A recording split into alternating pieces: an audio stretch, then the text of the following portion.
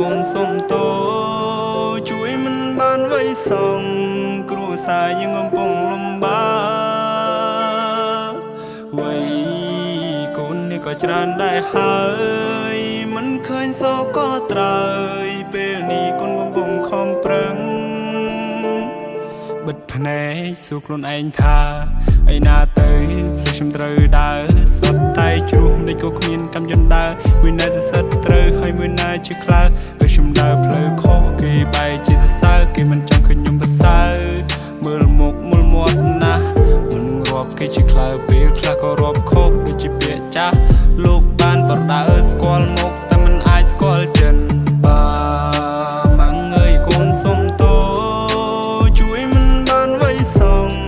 គ្រួសារយើងកំពុងលំបាកវ័យកូននេះក៏ច្រើនដែរហើ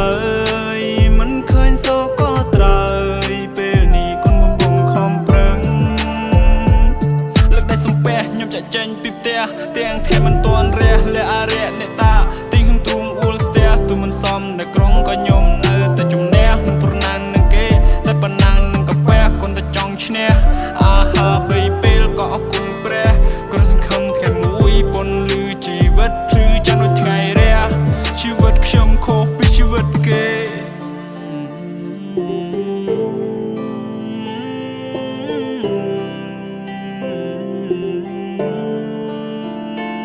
ជីវិតខ្ញុំខុសពីជីវិតគេគ្មានសៅរ៍អាទិត្យរវល់រហូតគ្មានពេលទំនេរខ្ញុំប្រឹងប៉ុណ្ណឹងហើយរឿងនេះមើលមិនឃើញទេបើខ្ញុំនៅតែក្រសុំកុំពីលបាត់ទេប្រឹងហើយក៏គេងមិនគ្រប់ធ្វើការតាំងពីព្រឹករហូតទល់ព្រលប់បើខ្ញុំមិនប្រឹងទេសុទ្ធតែបានអង្គមកពីណាខ្ញុំយកមកហូបជោគនេះហើយជាជីវិតនេះក្របិទភ្នែកបើកភ្នែកមានខ្លះចេញមកដើរវែកញែកថានេះក្រនចេញចុះចិត្តការគិតទៅពីដេកខ្ញុំប្រឹងមុខខ្ញុំមិនឡើងស្លេកបែបវងវាយសាច់ការចត់ទៅជួក់ឆ្នាំពេកខ្ញុំមិនយល់អ្នកក្រគួរអីហាត់អ្វីអ្នកចង់បំពល់ចង់ប្រាប់តែអ្នកថាខ្ញុំក៏ចង់មានតែមិនតន់អំណោយផលវាស្នាខ្ញុំតែបែម៉ាងអើយកូនសុំតោ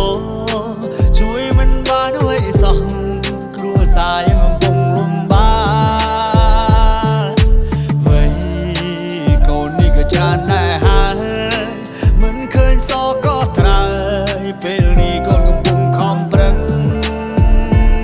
ខណៈរាត្រីខ្ញុំជក់បារយអង្គុយសំណោះខ្លួនឯងខ្ញុំចេះតែគិតពីនេះពីនោះគូក្បាលនេះគិតចង់ហុយផ្សាយឲ្យផ្លូវជីវិតរញ៉េរញ៉ៃត្រឡប់ទៅលិនដល់ឡើងវែងពេលដែលធំវិញសម្ពាធច្រើនណាស់ខុសកាលពីក្មេងស៊ីបាយឲ្យរត់ទៅលេងមិនដែលជាខ្វល់ឲ្យគិតគូពីរឿងអីផ្សេង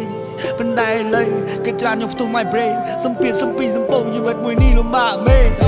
រឿងជីវិតមិនលំបាកពេកហើយប្រឹងណាស់តែមិនឃើញកង់ត្រាយហើយពេលខ្លះខ្ញុំមិនជាសែនហត់នឿយហើយពេលខ្លះខ្ញុំមិនជាសែនហត់នឿយគិតទៅមនុស្សយើងមានជីវិតមួយដូចតែគ្នាតែជីវិតខ្ញុំវាដូចជារស់សែនវេទនាគេអ្នកមានគេរស់ស្រួលជីវភាពគេធូរធារតែខ្ញុំវិញក្រធ្វើចំណាក់មកនៅស្រុកគេសែនរងាជីវិតលំបាកត្រឡប់ទៅលិនឡើងវងវីព្រោះតែក្រពេករៀនមិនចប់ទី12គ្មានចំណេះគ្មានជំនាញមានតែធ្វើជាកូលីញើហូរឡើងសាបលីអូទៅដូរយកលុយទិញបាយស៊ីបើសិនយើងនៅតែអន់នៅគ្មានឯណាគេខ្វល់ទេទាំងមកមិនសូវប្រៃវិសាបដូចជាទឹកទន្លេ